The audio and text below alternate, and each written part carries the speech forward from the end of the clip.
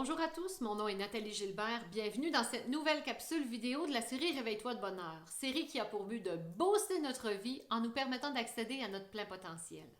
Aujourd'hui, il sera question de la confiance en soi.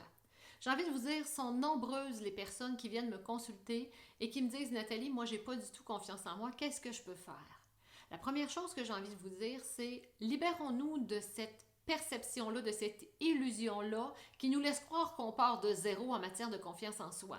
Notre confiance en soi, elle n'est peut-être pas top, mais elle n'est pas nulle non plus. Alors, il faut briser cette illusion-là et se dire qu'on a déjà un petit potentiel. Il n'est peut-être pas, comme je vous dis, au max, mais il est déjà là.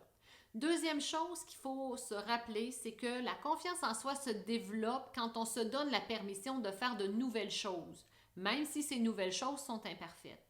Rappelez-vous, on a tous passé à travers des difficultés qui, à l'âge où on les a vécues, on croyait ça insurmontable et pourtant, nous les avons tous surmontées. Ne serait-ce que quand on a appris à marcher. C'est pas vrai qu'on se lève un matin en se disant « Ah, les autres sont debout, ça a donc l'air le fun, puis on se lève, puis on part. » C'est pas comme ça que se vit l'expérience. Même chose quand on apprend à parler, à faire du vélo ou à faire du patin, c'est on fait des essais-erreurs, puis chaque fois on peaufine, on s'ajuste et on se reprend. C'est la même chose en termes de confiance en soi. Il faut comprendre que notre cerveau n'aime pas du tout les expériences nouvelles parce qu'il n'y a aucune référence à laquelle faire allusion qui nous permet de donner une posture. Alors c'est à nous de nous donner l'opportunité de faire des choses nouvelles. Et plus on va faire des choses nouvelles, plus on va créer des références. Et là, notre cerveau va se mettre en alignement avec ça et ça va booster notre confiance.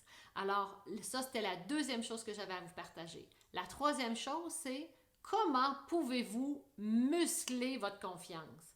C'est sûr que ça va encore une fois passer par des expériences nouvelles ou des expériences qu'on apporte de façon différente.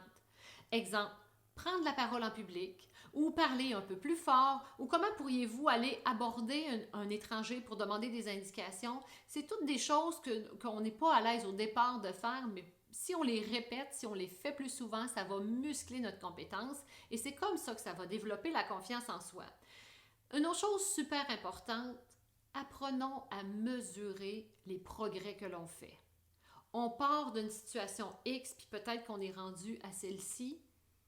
On se rappelle, là, il y a peut-être un mois ou il y a peut-être 2 mois, telle chose était difficile. Maintenant, je suis beaucoup plus à l'aise. Parce que quand on apprend à mesurer le progrès, ça nous permet de booster notre confiance en soi parce qu'on reconnaît l'avancement qu'on a eu. Puis ça, ça nous encourage souvent à continuer à faire notre chemin.